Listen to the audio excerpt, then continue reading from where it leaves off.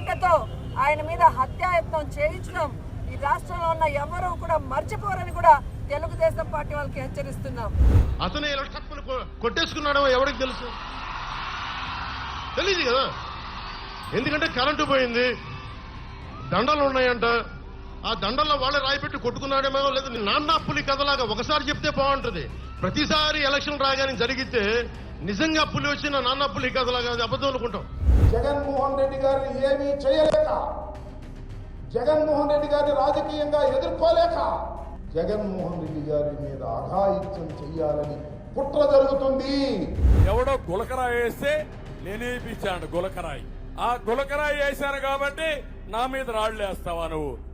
బాంబులేస్తేనే భయపడలా నేను, ఈ రాళ్లకేం భయపడతాను? అరే రే పాపం ఆంధ్ర నాయకుల మీద పూల వర్షాలు పోయి రాళ్ల వర్షాలు కురుస్తున్నాయుల్లో. ఈ రాళ్ళు ఎవరేస్తున్నారో, 3 పార్టీల లీడర్ల మీద ఎందుకింత పగబట్టిర్రో ఏం సమజైతే లేదు ఆంధ్ర పబ్లిక్ అయితే. పాపం మొన్న సీఎం జగన్నాథ్ సార్ మీద రాళ్ల దాడి అయ్యింది కదోళ్ళు. ఈ ముచ్చట మీద వైసీపీ లీడర్లు ఏమంటున్నారో ఈనుండ్రి. అంటే ప్రజల అభిమానం పొందడానికి ప్రజలకు చేసిన మంచి చెప్పుకోవాలి, లేదా ఏం మంచి చేయబోతున్నామో చెప్పుకొని వారి యొక్క ఆశీర్వాదాలు తీసుకోలే గాని ప్రజలు అభిమానించే నాయకుడిని లేకుండా చేసి తాను అధికారంలోకి రావాలన్న కుట్ర కుతంత్ర రాజకీయం చంద్రబాబు నాయుడు చేయడం దురదృష్టకరం. జగన్మోహన్ రెడ్డి గారిని ఏమీ చేయలేక, జగన్మోహన్ రెడ్డి గారిని రాజకీయంగా ఎదుర్కోలేక, జగన్మోహన్ రెడ్డి గారి మీద అఘాయిత్యం చెయ్యాలని కుట్ర జరుగుతుంది. ఎవరు ముందే అనుకొని ఒక ప్లేస్ వెతుక్కొని అక్కడ ఉండి అక్కడ నుంచి ఆ టైంకు కరెక్ట్ షూట్ చేశారు. కొద్దిలో అదృష్టం కొద్దీ అది మిస్ అయింది, లేకపోతే ప్రాణానికే ప్రమాదం ఉండేది. కావాలని రెచ్చగొట్టి అలరమోకల్ని ఏదైతే తెలుగుదేశం పార్టీ ఉందో అది చిల్లర రాజకీయాలు దిగిపోయింది. ఎందుకంటే వాళ్ళు మళ్ళీ ఎన్నికల్లో ఓడిపోతున్నాం, గెలవలేకపోతున్నాం అర్థమైపోయింది. ఇంకా చిల్లరగా ఇలాగా దాడులు దిగుతున్నారనే విషయాన్ని మనందరం కూడా గమనించాలని తెలియజేస్తాం.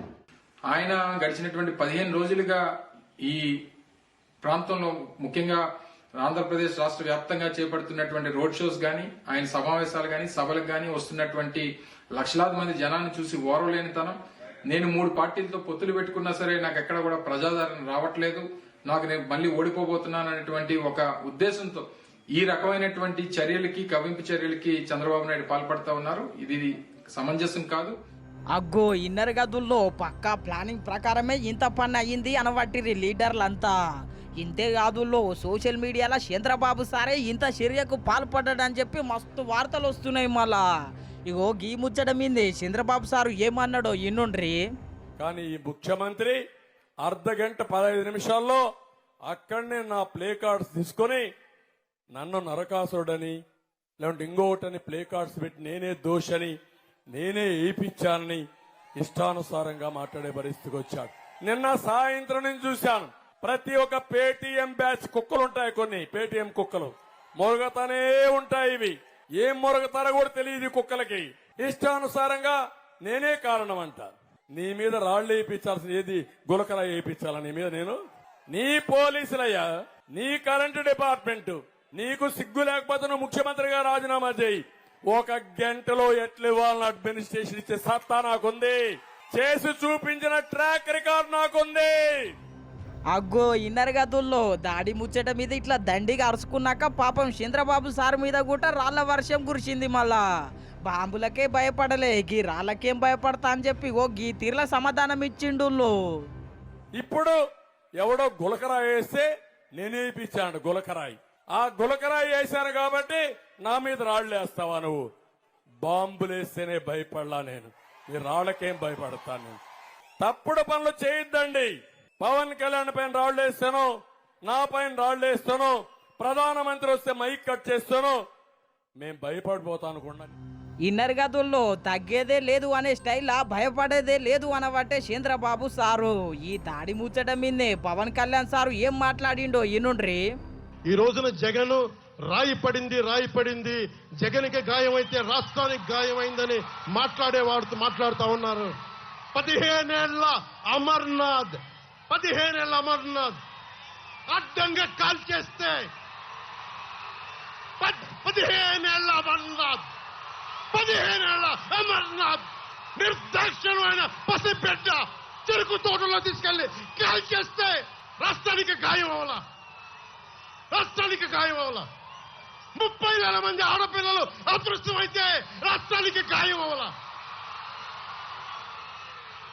గాయం అయ్యిందట, గాయం. ఇన్నరు కదా నువ్వు రాష్ట్రానికి గాని గాయం జగన్కే అయ్యిందా అని చెప్పి అనబట్టే అటెనక ప్రతి ఎలక్షన్ టైంలో గిదేం డ్రామా అని చెప్పి ఇగో గీ తీరులు అరుచుకున్నాడు. అదేంటి చిత్రమో పాపం, ఎప్పుడు ఎలక్షన్ రాగానే ఆయనకి ఏదో ఒక గాయం జరుగుతుంది. కరెక్ట్ గా ఎలక్షన్ ముందే ఎవరో ఒకరు చచ్చిపోవడం లేదా చంపేయడం, ఈ సెంటిమెంట్ డ్రామాలు దయచేసి ఆపండి. ఈ నాటకాలు భరించలేకపోతున్నాం, నాటకాలు భరించలేకపోతున్నాం. పాపం జగన్ గారికి ఇంత రాగానే అయ్యయ్యో ఎంత బాధ జరుగుతుందండి, అయ్యయ్యో పాపం. ఎందుకు నేను వ్యతిరేక ఓటును చీలద్దు చీలద్దు చీలద్దు ఎందుకంటానంటే, ప్రజాస్వామ్యాన్ని కూలి చేసేవాడు ఒకడు కూర్చొని మనందరినీ పొడుస్తా సంపుతా దోపిడీ చేస్తా ఉంటే ఎంతకాలం భరిస్తాం, ఎంతకాలం? ఇన్నరు కదా నువ్వు ఎలక్షన్ టైంలో డ్రామాలు సెంటిమెంట్లు ఆపాలని చెప్పి చెప్పబట్టే పవన్ కళ్యాణ్ సారు చూడాలే నువ్వు. పోలీసులు అయితే ఈ దాడుల మీద విచారణ చేస్తున్నారు. మళ్ళా చూడాలే ఏమేం నిజాలు బయటికి వస్తాయో, ఎంతమంది లీడర్లు బయట పడతారో.